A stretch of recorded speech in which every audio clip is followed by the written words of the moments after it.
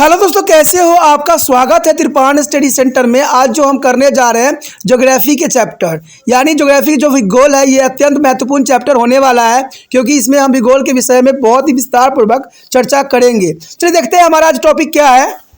A soil and its a formation. Here the most important here, a soil and its a formation. Soil is the uppermost layer of the land surface that a plant use or depend on for a nutrient and water and physical support. There is the most important here formation of soil. The first here factor of soil formation.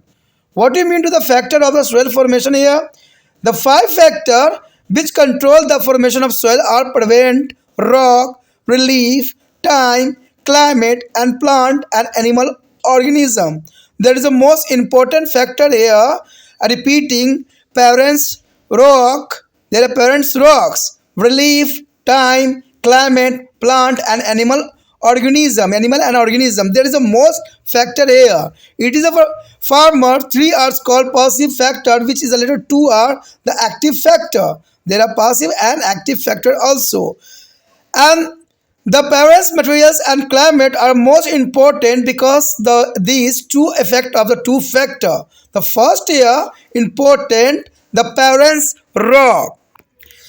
The parent rocks as a soil derived from to the underlying rock of the parent rock material is a containing of different mineral. There is the most important containing of different mineral.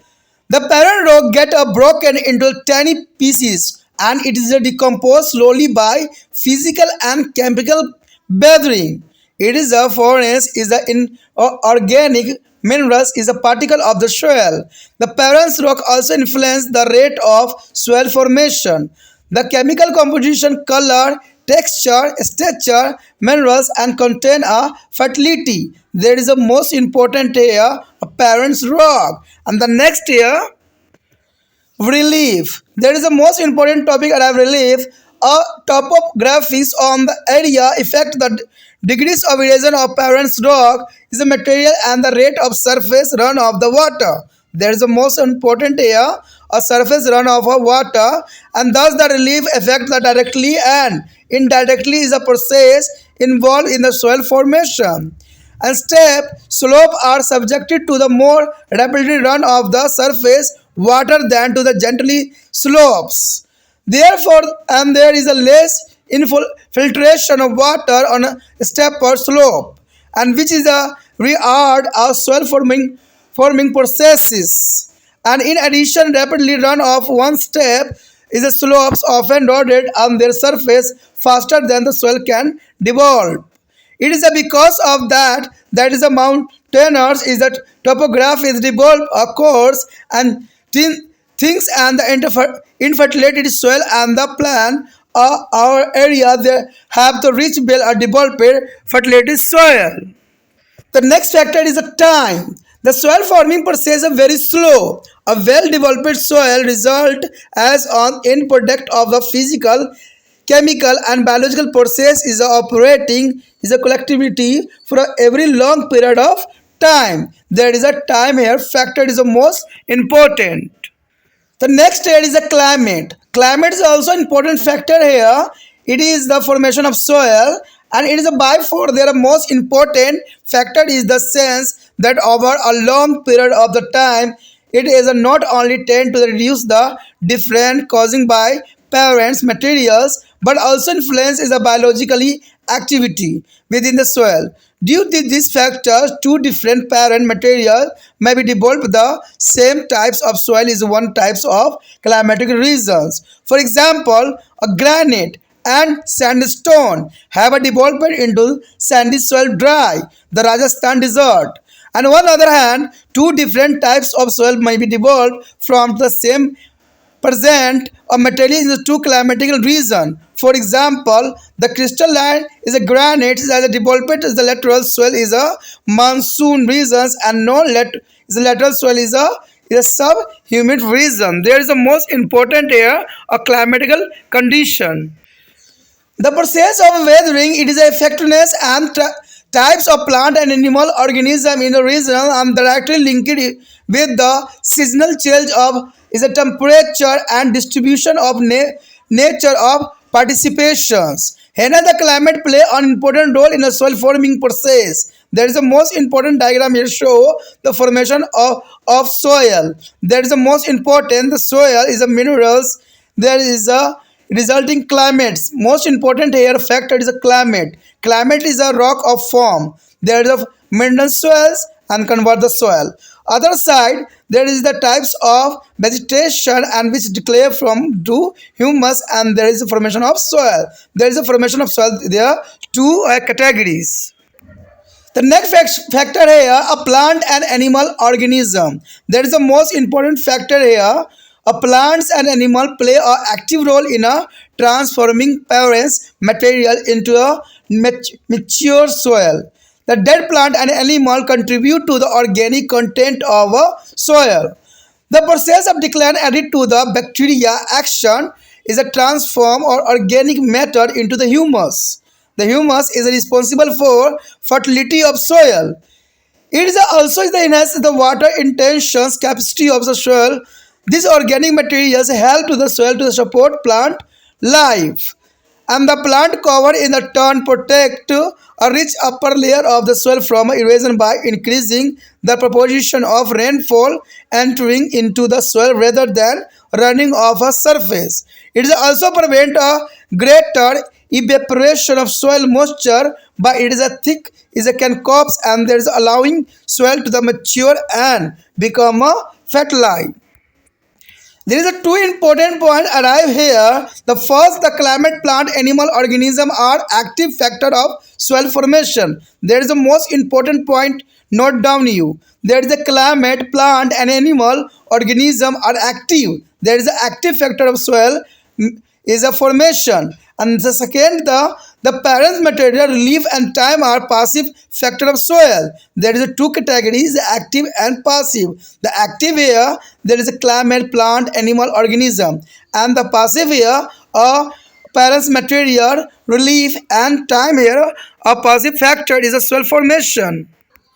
There is the most important B part is soil horizons. There is the most important diagram showing this. There are topsoil, humus, horizon soil, horizon subsoil, horizon weathered rocks. There is a substromus, and where there is a parents rock. There is the most important here.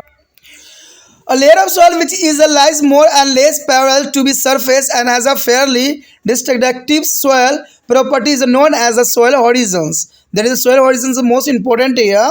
A layer of soil which is lies more and less parallel to a surface and has a fairly distinctive soil property is known as a soil horizons.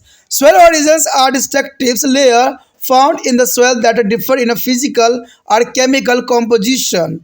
Organic content or structure. The display of horizon on a cross section through the soil is termed as a soil profile. There is a picture is the most important here, soil profile. They also show, and here let's review a very four main types of horizons and their characteristics. The four main horizons are important here: A, E, B, and C. The horizon are uppermost horizon and rich organic matter. The next is E is a horizons is a clay particles and oxidized aluminiums and iron, and the removed from the E horizons by downward springs and water, leaving behind pure grains of sand or coral slate. The B horizon received there is a clay particles and aluminium and the iron oxide as well as organic matter washed down from to the A and E horizons. The when there is a B horizons is a C horizons, and which is not considered part of the soil if they consist of the parents minerals matter of the soil. यहाँ पर जो हमारा अत्यंत महत्वपूर्ण topic आया है मृदा और इसका निर्माण। देखिए मिट्टी का निर्माण कैसे होता है। आपको पहले ही मैंने रॉक सेक्शन में बताया भी था कि मिट्टी का जो निर्माण होती है छोटे छोटे रॉकों का टूटने के कारण होता है, लेकिन कई मायने में वो बात सत्य है और इसमें जो है यही बात को जो है उजागर और अच्छे से किया गया है। कहते हैं अगर मृदा निर्माण की प्रक्रिया को हम समझें तो मृदा जैव तथा अजैव पदार्थों का एक परिवर्तनशील और विकासशील परत जो है पतली परत होती है। यानी जैव अजैव दोनों तरह के जो है फैक्टर यहाँ पर कार्यभूत रहते हैं। जो है पृष्ठभूमि को ढके हुए होते हैं, ये वनस्पतिक आवरण को बनाए रखने में मदद करती है। यानी वनस्पति के लिए ये काफ़ी इंपॉर्टेंट मिनरल्स जो है प्रोवाइड्स करते हैं। और इसमें विभिन्न परतें भी होती है जो मूल्य शैल में भौतिक, रासायनिक और जैविक अपक्षय की प्रक्रिया द्वारा बनाई जाती है। तो ये काफ़ी मानने में इंपॉर्टेंट बात रहता है कि ये जो है शैल में भौतिक और रासायनिक और जैविक अपक्षय जो हमने पढ़ा था, उसी के जो है बेदरिंग में आपने जाना भी था अपक्षय में, कि हमने भौतिक, रासायनिक और जैविक अपक्षय के विषय में विस्तार पूर्वक जाना था। तो कई मानने में जो मिट्टी निर्माण में इसका जो है अत्यंत महत्वपूर्ण जो है विशेषता है। लेकिन इनके अगर बात करें हम इनके फैक्टरों की, यानी मृदा निर्माण के कारकों की, तो चलिए देखते हैं मृदा निर्माण के कारक कौन कौन से हैं और इसका क्या महत्व रखता है मिट्टी के निर्माण में। देखा जाए तो मिट्टी के निर्माण के कारक के रूप में जो है मिट्टी निर्माण नियंत्रण करने वाले 5 कारक जो है मूल्य है। कहते हैं मूल शैल हो जाती है, ऊंचे वच्च हो जा सकता है, समय हो जाती है और जलवायु और जैविक तत्व सम्मिलित होते हैं। यानी ये 5 जो है कारक बहुत ही इंपॉर्टेंट होता है मिट्टी के निर्माण के कारक के फैक्टर के रूप में। पहले 3 कारक को जो है निष्क्रिय कारक, ठीक है, इसको हम क्या कहते हैं, एक्टिव निष्क्रिय कारक कहते हैं, तथा अंतिम 2 कारकों जो है क्रियाशील कारक के रूप में देखते हैं। देखिए यहाँ पर पासिव होगा निष्क्रिय कारण, क्योंकि निष्क्रिय का मतलब जो है एक्टिव नहीं होते हैं, ठीक है। और ये जो है क्रियाशील मतलब एक्टिव कहते हैं क्रियाशील कारक होते हैं। यानी 2 जो होंगे क्रियाशील कारक होंगे। आधारित शैल और जलवायु मृदा निर्माण के 2 महत्वपूर्ण कारक है। देखिए आधारित शैल और जलवायु मृदा निर्माण के 2 महत्वपूर्ण कारक है, क्योंकि ये अन्य कारकों को काफ़ी प्रभावित करने में सक्षम होते हैं। यदि बात हम करें पहले कारक की, तो मूल शैल, देखिए मूल शैल जो होती है पहला कारक के रूप में है। कहते हैं मृदा अपने निचले स्थित विभिन्न खनिजों से युक्त शैल और मूल शैल जो है आर पदार्थ से निर्मित होती है। यानी ये सारे पदार्थ जो होती है काफ़ी इंपॉर्टेंट होता है, जिससे ये जो है मिट्टी का निर्माण होता है।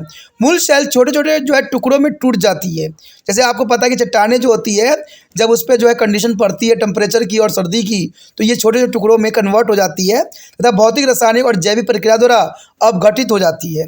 इसे मृदा के जैव खनिज कणों का निर्माण होता है। और ये मूल शैल मृदा निर्माण में लगने वाले समय, इसके रासायनिक संगठन, रंग, गठन, बनावट, खनिज अंश और उर्वरकता भी प्रभावित करता है। यानी कोई भी जो है टूटे हुए टुकड़े जो होती है, कोई भी शैल या मिट्टी, ठीक है, उसमें हर तरह के जो है उचित मात्रा में विद्यमान रहना जो है अनिवार्य है। आगे आ जाता है हमारा उच्चवाच्य। देखिए उच्चवाच्य क्या है, किसी भी क्षेत्र की स्थलकृत मूल शैल पदार्थों को अपरदन की मात्रा तथा वहाँ बहने वाले जल की गति को प्रभावित करती है। यानी वहाँ पर अगर कोई जल बह रहा है, अपरदन हो रहा है, तो उसको जो है उच्चवाच्य ये काफ़ी प्रभावित करती है। इस प्रकार जो मिट्टी निर्माण में सहायक प्रक्रिया प्रत्यक्ष अथवा प्रक्षेप रूप से उच्चवाच्य से प्रभावित होती है। और जो है तीव्र ढाल वाले क्षेत्र में जल तेजी से बहता है, ठीक है। अगर उच्च ढाल होगा तो ऊपर से अगर पानी बहाया जाए तो वो बहुत तेज़ी से बहता है। और इसके विपरीत मध्य ढालों पर जल की गति बहुत धीमी हो जाती है। ये आपने ही देखा होगा, अगर समतल है, थोड़ी ऊंचाई है, तो जल वहाँ तक नहीं पहुँच पाता है। लेकिन अगर ऊंचाई हो, ऊपर से अगर जल गिरता है तो बहुत ही तेज़ी से गिरेगा। इसलिए तीव्र ढालों वाले क्षेत्र की भूमि पानी का रिसाव कम होता है। यानी पानी का रिसाव नहीं होगा, पानी डायरेक्ट आएगी, जिससे मृदा निर्माण की प्रक्रिया बहुत धीमी हो जाती है। तीव्र ढालों पर अपरदन अधिक तेजी से होता है, इससे मृदा निर्माण में जो है बाधा पड़ती है। यही कारण है कि पर्वतीय क्षेत्र में पतली परत वाली कम उपजाऊ मृदा का निर्माण होता है, मिट्टी का निर्माण होता है। कहाँ पर? पर्वतीय क्षेत्र में। मैदानी क्षेत्र में पुण्य विकसित जो है उपजाऊ मृदा का निर्माण होता है। आपने देखा होगा कि पहाड़ियों क्षेत्र में जो होता है वहाँ पर कम मिट्टी पाए जाते हैं और पत्थर जो है कंकड़ काफ़ी मिले जाते हैं, तो वहाँ पर जो है काफ़ी उपजाऊ मिट्टी नहीं होती है। अगर हम देखें समतल क्षेत्र में तो वो काफ़ी इम्पोर्टेंट होता है और काफ़ी जो है उपजाऊ क्षेत्र के रूप में देखा जा सकता है, जो कि इम्पोर्टेंट बात भी रहता है। ये समझने के लिए भी ज़रूरी है कि अगर पर्वतीय क्षेत्र पे देखें तो वहाँ पर जो है कम उपजाऊ मिट्टी मिलती है, और मैदानी क्षेत्र में देखें तो वहाँ पर काफ़ी जो है उपजाऊ मिट्टी का निर्माण होती है और काफ़ी जो है खेतों के लिए भी उपयुक्त होती है। उसके पश्चात हमारे समक्ष है समय। देखिए समय एक ऐसा चीज़ है जो बीत जाता है और बीतने पे बहुत कुछ जो है छोड़ भी जाता है। इसलिए समय का हर एक बच्चों को कद्र करना चाहिए। जैसे आप अगर समय पे पढ़ाई अच्छे से नहीं करोगे तो एग्ज़ाम को जो है अच्छे से आप क्रैक नहीं कर सकते। तो ये समय जो है हर चीज़ के लिए महत्वपूर्ण है, चाहे मिट्टी का निर्माण हो, चाहे किसी के व्यक्तित्व का निर्माण हो। तो समय के साथ चलने वाला बच्चा ही आगे जो है कामयाबी की जो है बुलंदी पे पहुंच जाता है। तो यही बात यहाँ पर मिट्टी निर्माण की प्रक्रिया में भी समय का जो है बहुत काफ़ी महत्वपूर्ण योगदान रहता है। मृदा का निर्माण बहुत धीरे धीरे होती है। पूर्ण रूप से विकसित मृदा का निर्माण तभी होता है जब भौतिक, रासायनिक और जैविक प्रक्रिया बहुत लंबे समय तक कार्य करती है। यानी आप सोचिएगा कि कोई मिट्टी का निर्माण हो जाएगा, ऐसा नहीं है। मिट्टी का निर्माण होने में काफ़ी समय लगती है, क्योंकि आपको पता है कभी धूप कभी ठंडा, ये इस तरह के टेम्परेचर जो है मेंटेन करना प्राकृतिक स्वयं करती है। हम इंसान तो नहीं है कि फटाक से उसको गर्मी दे दे, फटाक से उसको ठंडा कर दे।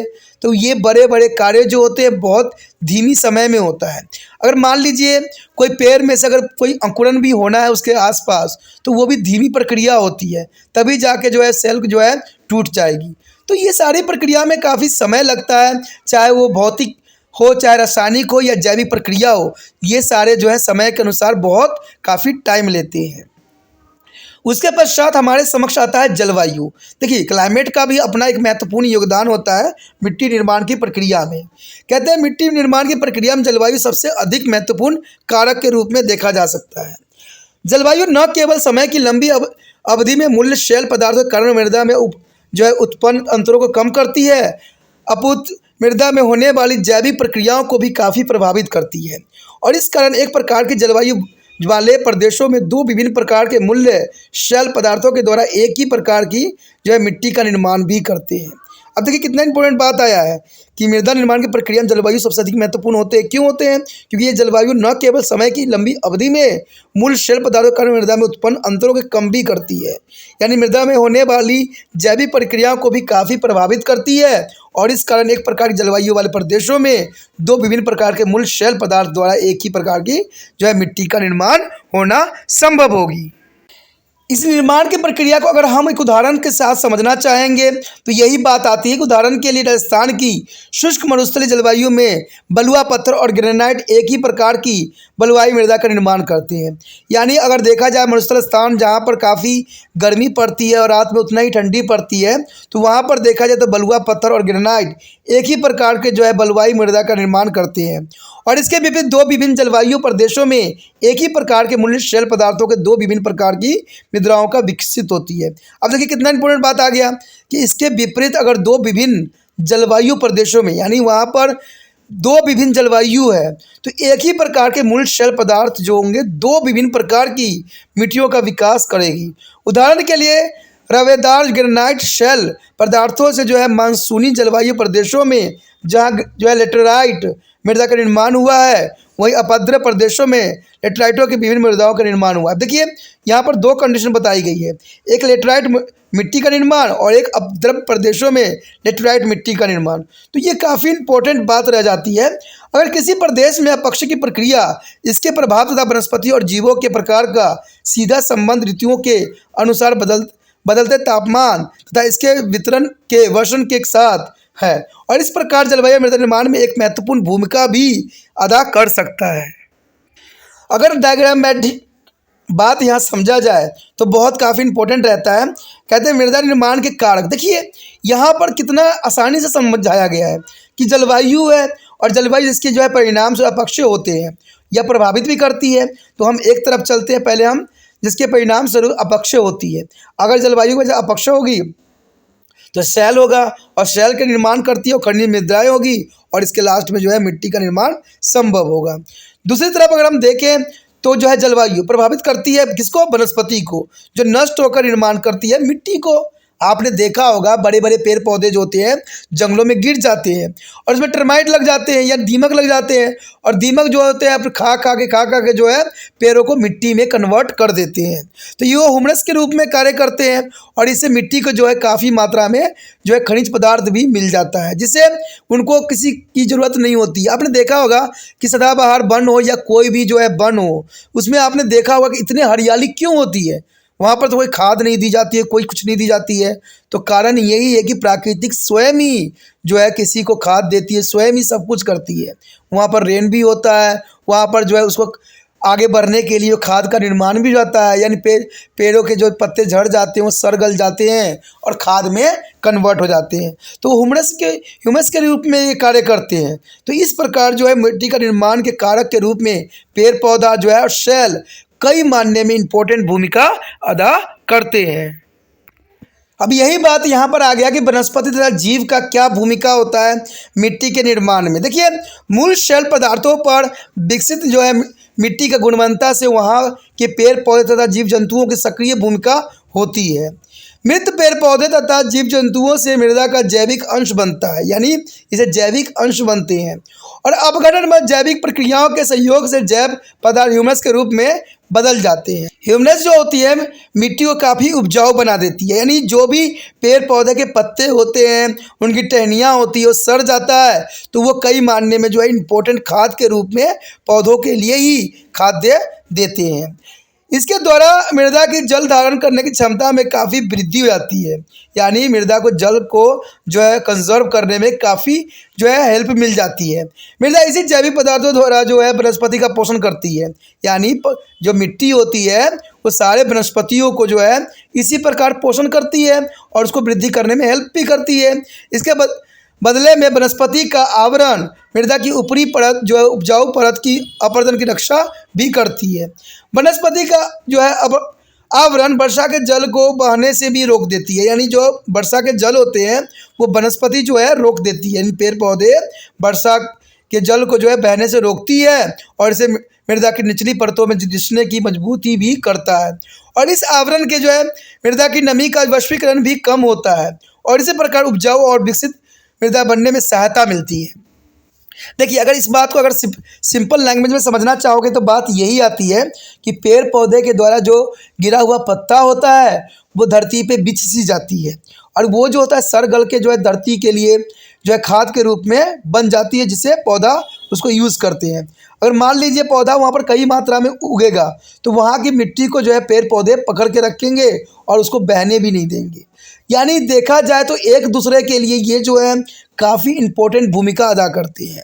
जैसे आपको भी त्रिपाण एसडी सेंटर के लिए हेल्प करने की बात बार बार कही जाती है कि जितना हो सके इस वीडियो को दूसरे बच्चों तक पहुंचाना है। जैसे कि यहाँ पर जो है पत्तियाँ और जो है मिट्टी कितना अच्छा जो है तालमेल बना रहे हैं, तो इसी तरह आप में और मुझ में भी तालमेल अच्छा होना चाहिए, तभी जो है आप सक्सेस की उन जो है ऊंचाई पे पहुंच पाओगे जहां आपकी जाना है। तो इसके लिए जो है सदैव ही आपको अपना कार्य करना है और मुझे भी अपना कार्य करना है। तो यही बात यहाँ दर्शाने की कोशिश कर रहा है कि अगर वो पत्ते की जो है एक परत सी बिछ जाएगी तो वाष्पीकरण भी कम होगा, और वाष्पीकरण कम होगा तो पेड़ पौधों के जो है पानी का जो है समस्याओं से जूझना नहीं पड़ेगा। यहाँ पर बात आती है दो जो बहुत काफ़ी इंपॉर्टेंट है। देखिए, जलवायु और वनस्पति वह जो है जीव जंतु मृदा निर्माण की प्रक्रिया यानी क्रियाशील कारक है, यानी ये काफ़ी एक्टिव जो है होते हैं, जिसमें जलवायु वनस्पति जीव जंतु सम्मिलित होते हैं, उसमें क्रियाशील कारक यानी एक्टिव कारक होते हैं।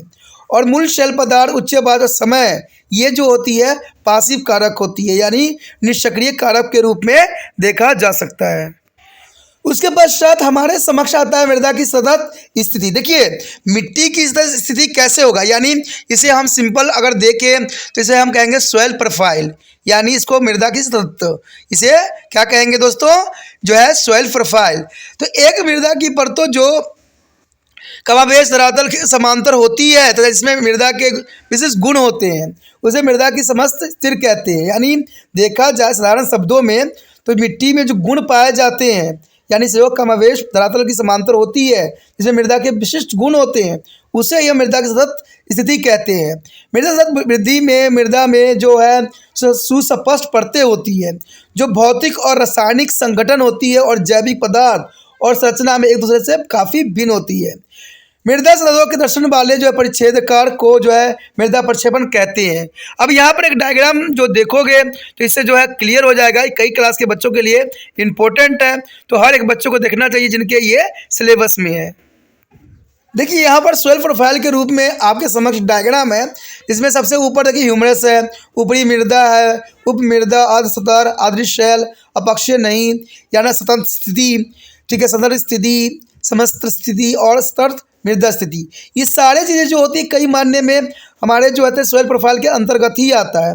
और इनका सबका जो है अपना एक विशेष स्थान होती है, और ये जो होते हैं पेड़ पौधों के लिए अत्यंत महत्वपूर्ण होते हैं। और इन्हीं क्षेत्रों में जो है ह्यूमस के क्षेत्रों में पौधे जो है आगे ग्रोथ करके जो है एक अच्छा पेड़ बन जाते हैं, और काफ़ी इंपॉर्टेंट जो है इंसानों के लिए रोल भी निभाते हैं। यहाँ पर जो मुख्य मृदा स्तरों और उनकी विशेषताओं का संक्षेप में पुनरीक्षण किया गया है अत्यंत महत्वपूर्ण है, यानी सॉइल प्रोफाइल के रूप में यहाँ जो वर्णन हुआ है अत्यंत महत्वपूर्ण है। कहते हैं 4 मुख्य मृदा स्तर जो होते हैं, मृदा स्तर होते हैं, इसमें क, ख, ग और घ, जो कि काफ़ी महत्वपूर्ण है। परत स्तर जो है क मृदा की ऊपरी परत होती है, और इसे ऊपरी मृदा ही कहते हैं। इसमें ह्यूमस की मात्रा सबसे अधिक पाई जाती है, यानी ह्यूमस की सबसे अधिक मात्रा जो है क पार्ट में ही होता है, इसलिए इसका रंग काफ़ी काला होता है। परत स्थिति में ख ऊपरी मृदा के निचले होती है, यानी उसके हम उप मृदा कहते हैं। वास्तव में निक्षरण क्रियाओं को जो है पेटी यानी जोन होती है, ये 2 परत सतत स्थिति मृदा मुख्य भाग होता है। परत और सतत स्थिति ग वास्तव में मूल शैल का अपेक्षित भाग होता है, और इस परत का रंग उस मृदा की अपेक्षा कुछ अधिक काली होती है, क्योंकि इस मृदा में घुले हुए पदार्थ जमा हो जाता है, और मिट्टी के ये घुले हुए पदार्थ वास्तव में ह्यूमस या खनिज के बहुत ही महीन कण होते हैं, यानी बहुत ही छोटे छोटे कण होते हैं। और परत की स्थिति घ वह मूल्य शैल होते हैं जिसका अपक्षय नहीं होता है।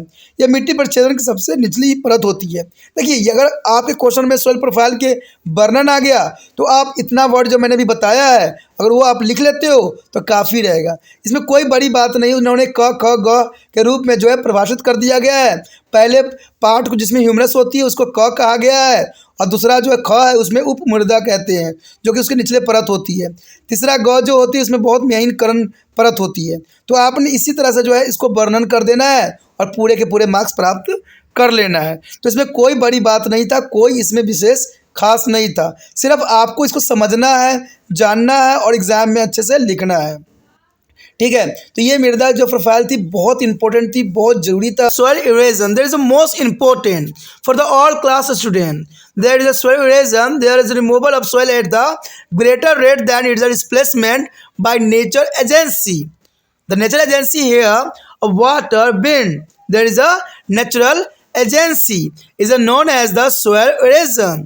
There is the most important. The here first here types of the soil erosion. What is the type of soil erosion here? The soil erosion is the 4 types mainly. The wind erosion, sheet erosion, rail erosions, and gully erosion. There is the most important 4 here, erosion of 4 types. The first here, the wind erosions. The wind carry away to the west is the quantity of fine soil particles and sand from a desert and spread it over adjoining or cultivated land, and thus that destroy their fertility. And this type of erosion is known as a wind erosion.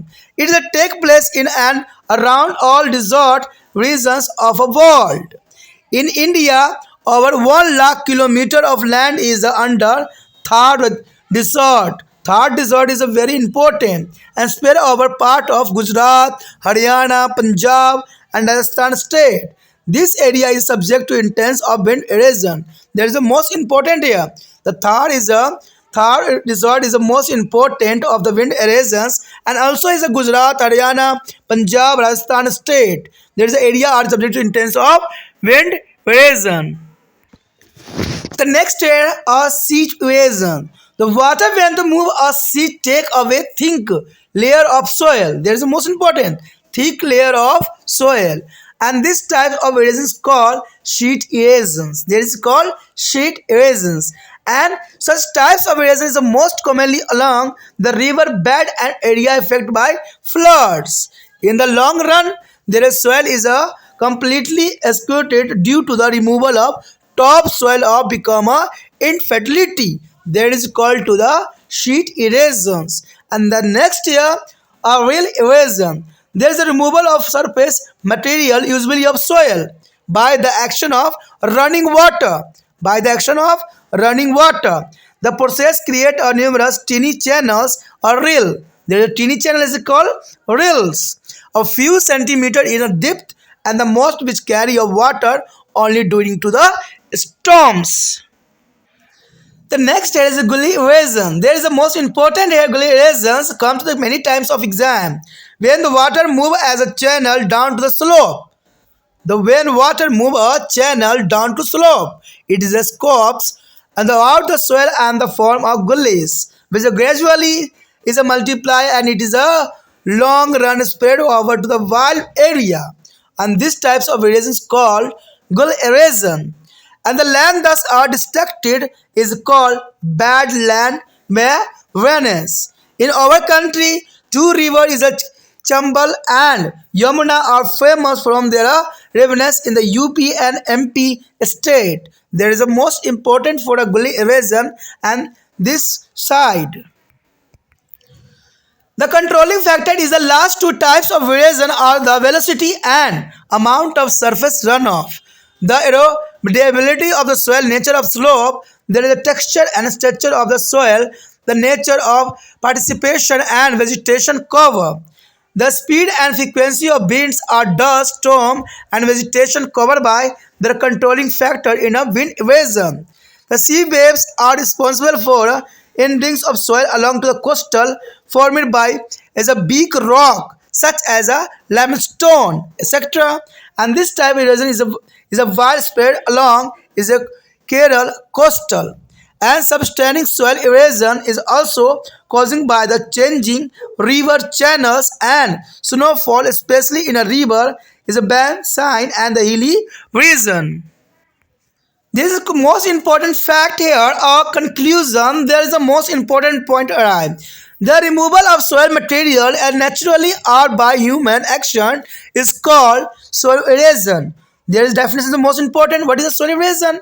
There is removal of soil material naturally by human action is called soil erosion. The soil erosion is a four types mainly of wind erosion, sheet erosions, rails erosion and gully erosion. There is the most important and also here the factor influencing soil erosion are velocity and amount of surface of run of nature of slope, texture, structure of soil and frequency and speed of winds. There is a most important 3 point here as like a summary. यहाँ पर जो हमारा अत्यंत महत्वपूर्ण topic आया है मृदा अपरदन। देखिए मृदा अपरदन जो है कई क्लासों के बच्चों के लिए इंपॉर्टेंट है, जिनके सिलेबस में है वो ये देख सकते हैं, समझ सकते हैं, क्योंकि मृदा अपरदन के विषय में यहाँ जो है ऐसा समझाया जा रहा है जो कि काफ़ी सफिशिएंट रहेगा और एग्जाम व्यू से काफ़ी इंपॉर्टेंट भी है। तो कहते हैं मृदा अपरदन जो है प्राकृतिक कारक दो कारकों पर बहुत इंपॉर्टेंट रहता है। एक तो जल होती है, एक पवन होती है, जो मृदा अपरदन के लिए सबसे बड़ा जो है उत्तरदायी होती है।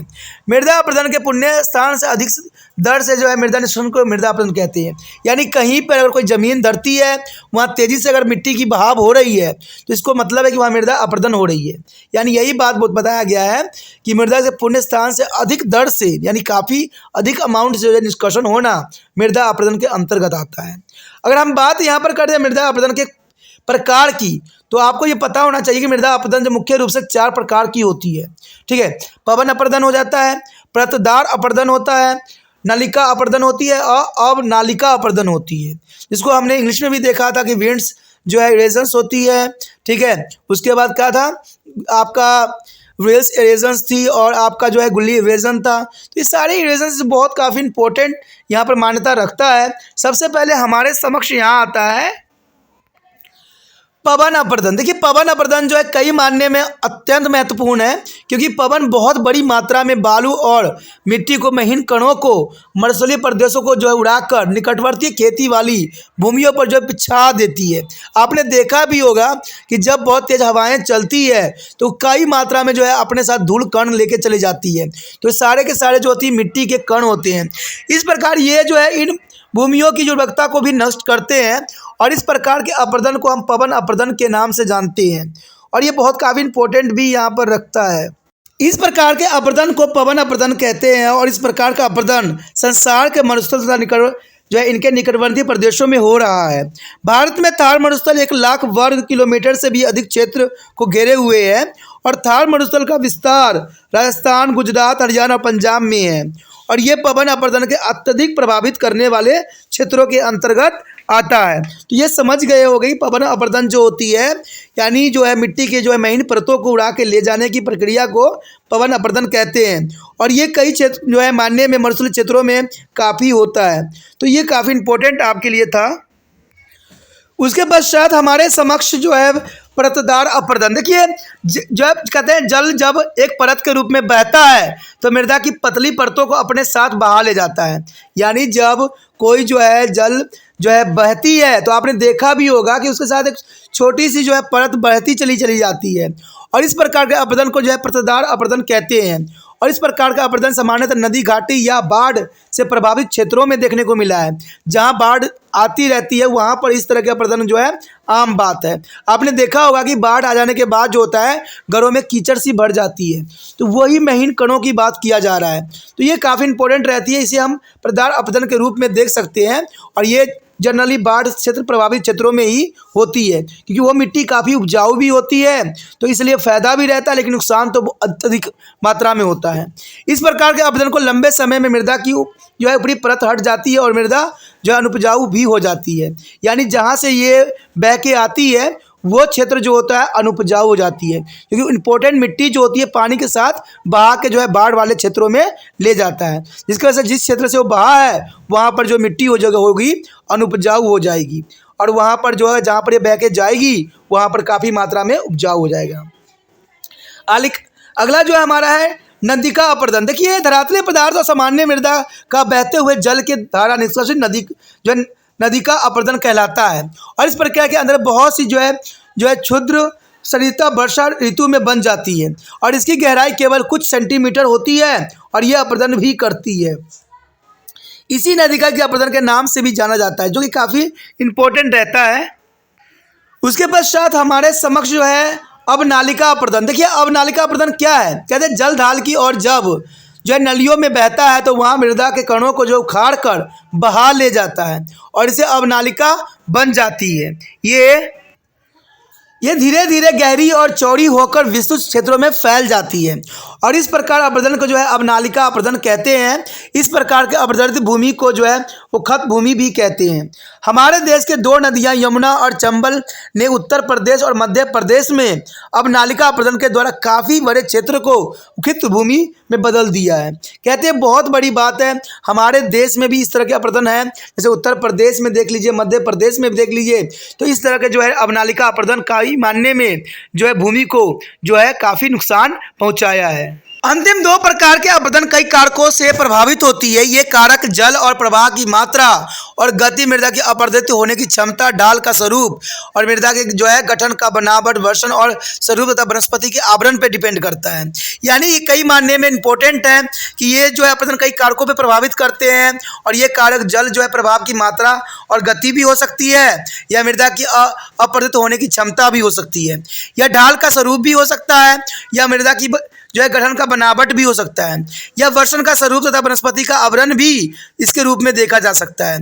पवन अपरदन में जो है पवनों या आंधियों की गति और बराबरता और वनस्पति आवरण मुख्य कारक के रूप में देखा जा सकता है। कहते हैं सागर की लहरें उन तटवर्ती क्षेत्रों में अपरदन करती है जो चूने के पत्थर जैसी कमजोर शैलों से बने हुए होते हैं और इस प्रकार के अपरदन केरल के तट पर काफ़ी बड़े पैमानों पर होता है।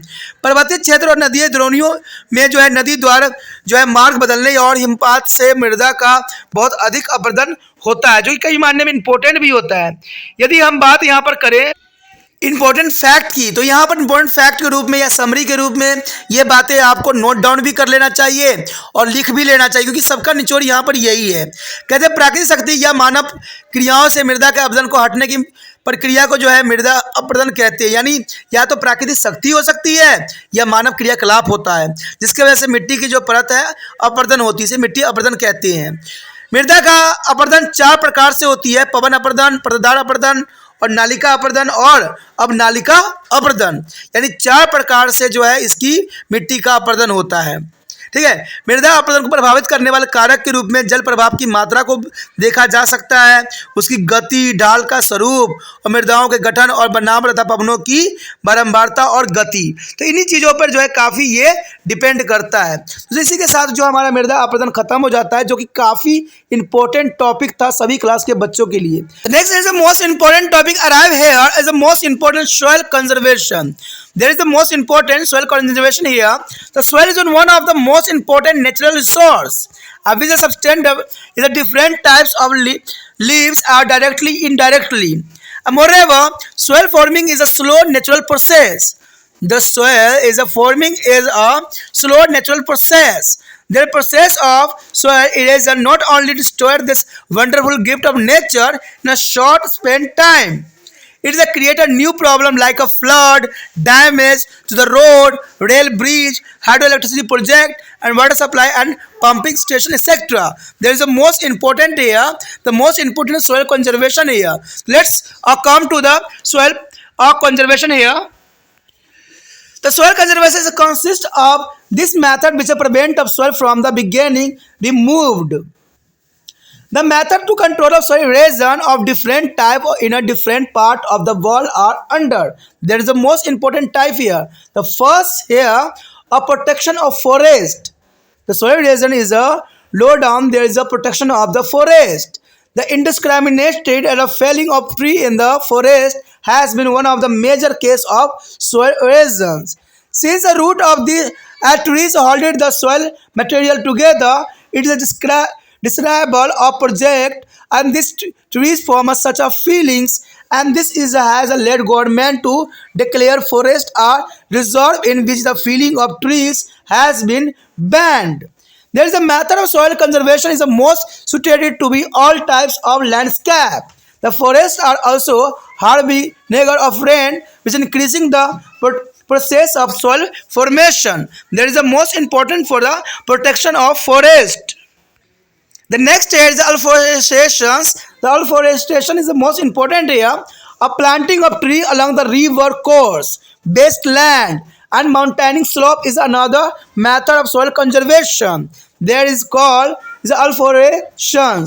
Afforestation is the most important. The land, mountain, slope, there is a, trees are plantings. And the reduced or here exclusive erosion taking place in this is a reason as afforestation is also effective in the controlling winds erosions along their desert regions. Tree plantation along the desert bound disturb or swelling of the agriculture's land by desert sands. In our countries is a large scale planting of trees is a beginning carried out of Rajasthan, Haryana, Gujarat, Punjab to control the extension of Thar desert. There is a afforestation. There is the most important for the conservation of a soil. The next here is the flood control. There is the most important here during the rainy season. The amount of water in the river increasing, escalating, and which is a turn in increasing the soil erosion. Dams are began to constructed to control the flood and consequently this soil erosion. And this can also be done by the diverting river water to dry or regions through their canal and by the other well planned method of water conservation. There is a flood is a control is the most important for a conserve of soil here. The next is the planet grazing. The overgrazing on the hill slope has a help to the losing and washing away from soil is this area. If a grazing is carried out in a planet where it is will be reduced soil erosion by protecting a vegetation covered in this area which are comparative more permanent to the soil erosion. There is a most important here a planet grazing. The overgrazing is as a reason for the soil erosion, but less grazing is not a soil erosion. There is a prevention of the soil. The next here is the bundings. Bunding here is the construction of the bond or obstruction of the applied in land and affected by the gully erosion. There is a most important here, and this method is not only helpful in controlling soil erosion, but also is maintaining soil fertility and conserving water resource and the leveling of their sloping of land. The next is important here are tracing. Tracing is the most important to the conserve of poorly developing thing soil on the mountain slope. And tracing is another method. There is a tracing is most important in conservation of soil. A tracing method. Tracing refer to the construction of the terrace and the across the slope is a mountainous region, and this helps to controlling the soil erosions and the using water resource of this area economically and effective for growing different crops are this terrace. There is the most important here. The next here is the counter plunging. There is the most important is the counter is the plunging here, and this method of the soil conservation is the most suited to be a area having a rolling is a landscape. The plunging and tilling of the land along the contours level in order to the case is falling to the run as across to the land slope and reduce the rate of soil erosion, and this method is also applied to the maintain the fertility and soil moisture. The next area here adaptations of stripping farming. There is a most important method adaptation of stripping farming. The stripping farming is the method is the most suited is a rolling plant and the regional situated is a arise and semi-arise region. The field are divided into strips and the fanning is 1 year done on one trips while their other trips is a left uncultivated. There is a most important and this grassy vegetation cover the left strip control soil erosion and maintain to fertility of soil. The next year is a process is a reserve. The reverse is the most important. The next year process here is reverse. There is the most importantly here. The next here is a crop rotation. There is a most important here. A crop rotation refer to a systematic. Systematic here a succession of different crop cultivated in a given piece of land in order to avoid to the excavations of their soil.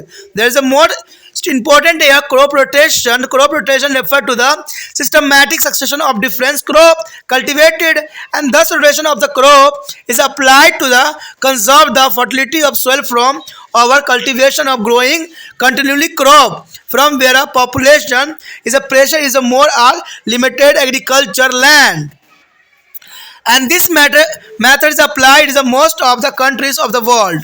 There is the most important here. This method is a use for all the country. And the next here is a reclamation of land. There is the most important here of conservation of soil. The soil erosion is also began to control it by the levelings. A land gullied down to the water channel and converted into the waste land are the remnants, and the method of soil conservation is the most suited in the river basin and hilly terrains, and the west area there is been to the level to the Kambal and Yamuna river to our country. That is the most important for reclamation of land.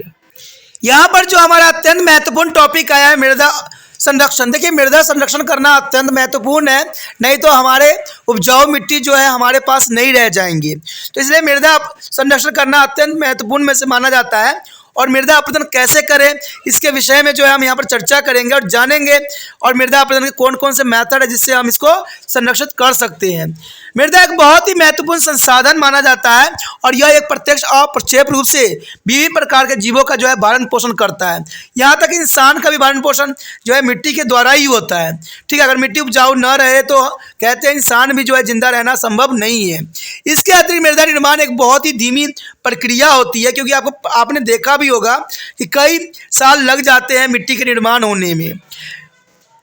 मृदा अपरदन की प्रक्रिया जो है प्राकृतिक इसे अनूठे उपहार केवल नष्ट ही नहीं किया जा रहा है, अतुल इसके अनेक प्रकार की समस्या भी पैदा किया जा रहा है।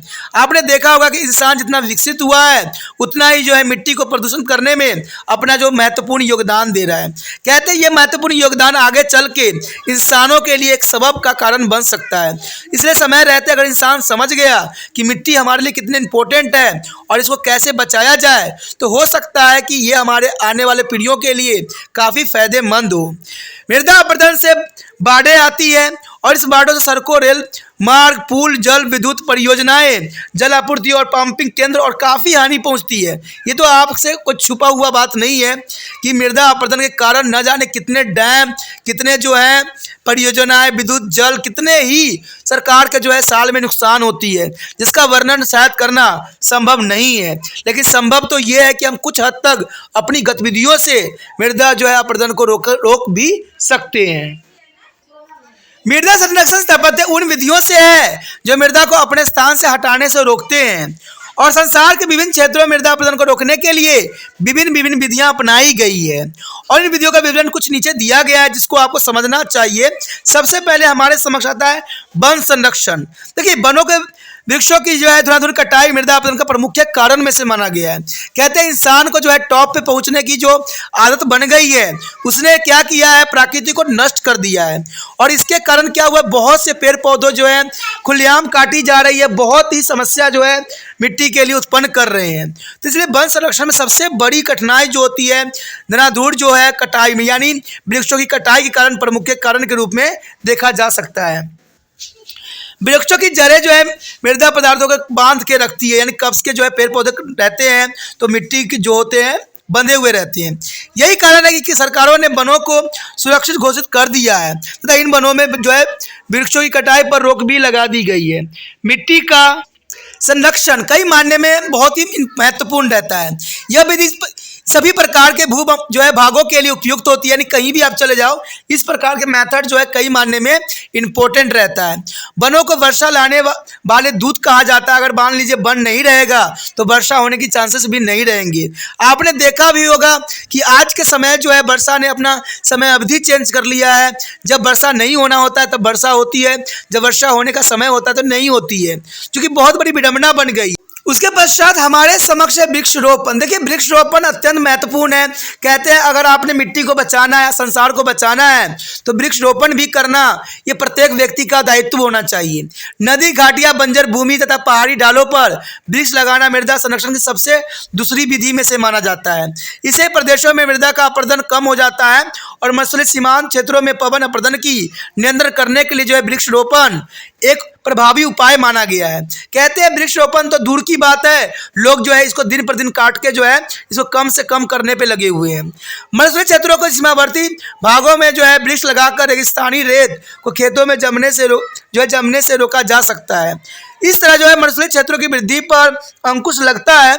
हमारे देश में थार मरुस्थल के विस्तार को रोकने के लिए राजस्थान, हरियाणा, गुजरात तथा पंजाब में बड़े पैमानों पर वृक्ष लगाए जा रहे हैं, जो कि बहुत जरूरी भी है और बहुत इम्पोर्टेंट भी है। उसके पश्चात हमारे समक्ष है बाढ़ नियंत्रण। देखिए, वर्षा ऋतु में नदियों में जल की मात्रा बढ़ जाती है। ये तो आपको भी पता है कि वर्षा ऋतु में नदियों में जल की मात्रा बढ़ती है और इससे मृदा अपरदन में वृद्धि काफ़ी हो जाती है। बाढ़ नियंत्रण के लिए नदियों का बांध बनाए गए हैं और इससे मृदा का अपरदन रोकने में काफ़ी हद तक मदद मिलती है। नदियों के जल को नहरों द्वारा जो है सूखाग्रस्त क्षेत्रों की ओर मोड़कर तथा जल संरक्षण के अन्य सुनियोजित विधियों द्वारा भी बाढ़ को रोका जा सकता है, जो कि बहुत इंपॉर्टेंट विधियों में से एक माना गया है। कहते हैं नियोजित। देखिए, नियोजित चराई की वजह से यानी ग्रासिंग की वजह से भी बहुत बड़ी समस्या यहाँ पर खड़ी हो जाती है। अत्यधिक चराई से पहाड़ी ढालों की मृदा ढीली हो जाती है, यानी पेड़ पौधों को जो है जानवरों द्वारा खिला देना जो है वहाँ की मिट्टी को ढीला कर देने के बराबर है। और जल इन ढीली मिट्टी को जो है आसानी से बहा ले जाती है, क्योंकि मिट्टी अगर ढीली हो जाएगी तो बहाना जो है संभव हो जाता है। इन क्षेत्रों में जो है नियोजित चराई से वनस्पति के जो आवरण को बचाया जा सकता है, यानी हम उसमें कम से कम चराएं जिससे जो है बचाया जा सकता है। और इस प्रकार इन क्षेत्रों के मृदा अपरदन को कम भी किया जा सकता है, जो कि बहुत काफ़ी इंपॉर्टेंट विधि में से एक माना जा सकता है। तो इसके लिए जो है बांध बनाना अगला टॉपिक है जो काफ़ी इंपॉर्टेंट है। देखिए, बांध बनाना भी बहुत ज़रूरी है। अगर आप मिट्टी को संरक्षण करना चाहते हैं तो बांध बनाना अत्यंत महत्वपूर्ण रहता है। कहते हैं अवनालिका अपरदन से प्रभावित जो भूमि में जो है बांध या अवरोध बनाकर मृदा अपरदन को रोका जा सकता है। और यह विधि न केवल मृदा का अपरदन रोकती है अतुल इससे मृदा की उर्वरकता भी काफ़ी बनी रहती है। जल संसाधनों संरक्षण जो है भूमि की समतल करने में भी जो है बांध काफ़ी इंपॉर्टेंट जो है अपनी भूमिका अदा करती है। उसके पश्चात सबसे इंपॉर्टेंट है सीढ़ीदार खेत बनाना। देखिए, अगर आप पर्वतीय क्षेत्र में रहते हैं, पहाड़ों पे रहते हैं, तो पर्वतीय क्षेत्रों में ढालों पे मृदा संरक्षण की जो है सीढ़ीदार खेती बना करके एक अन्य विधि है जो कि बहुत काफ़ी आसान विधि भी है। सीढ़ीदार खेत बनाने से तात्पर्य जो है पर्वतीय क्षेत्रों में ढलान के पार जो आर पार जो है समतल चबूतरे बनाने से है, और इस विधि से इन क्षेत्रों में मृदा का अपरदन जो है रुक जाता है, जो कि काफ़ी इंपॉर्टेंट रहता है। साथ ही जल संसाधनों की समुचित उपयोग भी हो जाता है, और इस प्रकार खेतों में फसलें उगाई जा सकती है, जो कि बहुत काफ़ी जो है कारगर सिद्ध भी हो सकता है। इसे सीढ़ीदार खेत जो है पर्वतों पर जो है करना अत्यंत फायदेमंद माना जाता है। उसके पश्चात हमारे समोच्च रैखिक जुताई। देखिए, बहुत काफ़ी इंपॉर्टेंट है। मृदा संरक्षण की यह विधि जो है तरंगती भूमि वाले प्रदेशों के लिए सबसे अधिक उपयुक्त माना गया है। भूमि के सामान्य ऊंचाई पर जोतने से हल के जो है कुड़ यानी नलियां ढाल के आर पार बन जाती है, और इससे मृदा के अपरदन की गति में भी काफ़ी कमी आ जाती है, और यह विधि मृदा उर्वरकता और अनर्गता बनाए रखने के लिए भी प्रयोग में लाई जाती है, जो कि काफ़ी इंपॉर्टेंट है। ठीक है, इसलिए समोच्च रैखिक जुताई जो है अत्यंत महत्वपूर्ण माना जाता है। उसके पश्चात हमारे समक्ष है कृषि की परतदार विधि अपनाना। देखिए, मृदा संरक्षण की यह विधि जो है मरुस्थलीय और अर्धमरुस्थलीय प्रदेशों के लिए तरंगती मैदान के लिए सबसे अधिक उपयुक्त मानी जाती है। इस विधि में खेतों को जो है पट्टियों में बांट दिया जाता है, यानी खेतों को जो है पट्टियों के रूप में बना दिया जाता है, और एक जो है पट्टी में एक जो है साल खेती की जाती है, जबकि दूसरी पट्टी बिना जोते बोए खाली पड़ी रहती है। छोड़ी गई पट्टी की वनस्पति का आवरण मृदा अपरदन को रोकता है तथा जो है उर्वरकता बनाए रखता है। अगले वर्ष इस प्रक्रिया को जो है उलट दिया जाता है, यानी जिसमें पहले जो है छोटे छोटे खाली छोड़ दिया गया था उस पर कृषि करते हैं, और इसमें कृषि किए थे उनको खाली छोड़ दिया जाता है। तो ये विधि काफ़ी इंपॉर्टेंट भी रहता है, कारगर भी रहता है, लेकिन आज के समय में ये अपनाना संभव नहीं है, क्योंकि जनसंख्या जिस प्रकार बढ़ती चली जा रही है तो खेती करना भी जरूरी है। नहीं तो कहते इतनी बड़ी जनसंख्या के लिए अन्य पूर्ति करना शायद किसी भी देश के लिए संभव न हो। आगे है स्ववर्धन। देखिए, स्ववर्धन से तात्पर्य मृदा की उर्वरकता को बनाए रखने के लिए चुने हुए खेतों में विभिन्न फसलों की बारी बारी बोने से है। हाँ, ये प्रक्रिया जो है कई मायने में हेल्पफुल रहेगा, क्योंकि इसमें जो है हम फसलों की जो है रोटेशन करते हैं, यानी बारी बारी फसलों को बोने से इस प्रक्रिया जो है काफ़ी कारगर सिद्ध होता है। कहते हैं इस प्रकार जो है स्ववर्धन के द्वारा जो है ऐसे खेतों की उर्वरकता भी बनी रहती है, जिनसे लगातार कोई ना कोई फसल खड़ी रहती है। यह विधि उन क्षेत्रों के लिए उपयुक्त है जहां जनसंख्या के दबाव के कारण खेती के लिए भूमि कम रह गई है, और यह विधि संसार के अधिकतर देशों में अपनाई भी जाती है, और यह काफ़ी सशक्त भी है और काफ़ी ज़रूरी भी है, क्योंकि इससे जनसंख्या की जो है अन्य पूर्ति भी हो जाती है और खेती की जो उर्वरकता है वो बनी रह जाती है। उसके पश्चात हमारे समक्ष है भूमि उधार। देखिए, उधार के क्या मतलब है। कहते हैं जल द्वारा बनी ख्यात भूमियों को जो है समतल करके भी मृदा अपरदन को रोका जा सकता है, यानी आप समतल करके भी जो है मृदा अपरदन को रोक सकते हैं। मृदा संरक्षण की यह विधि नदी घाटी और पहाड़ी प्रदेशों के लिए सर्वाधिक उपयुक्त मानी जाती है। हमारे देश में जो है चंबल, यमुना नदियों के खात भूमियों वाले जो है विस्तृत क्षेत्रों के इस विधि द्वारा जो है समतल किया जा रहा है, और इससे जो है भूमि उधार के रूप में देखा भी जा रहा है कि हो सकता है कि इससे मृदा अपरदन में जो है काफ़ी हेल्प मिल जाए। कहते हैं मृदा संरक्षण की विधियां जो हमने पढ़ा अत्यंत महत्वपूर्ण है। इसमें वनों की रक्षा, वृक्षारोपण, बांध बनाना, भूमि उधार, बाढ़ नियंत्रण, अत्यधिक चराई पर रोक लगा देना, पट्टीदार या सीढ़ीदार कृषि, समोच्च रेखित जुताई और संवर्धन। देखिए, सारे के सारे विधि जो है कई मायने में इम्पोर्टेंट है, जिसको अपनाना चाहिए।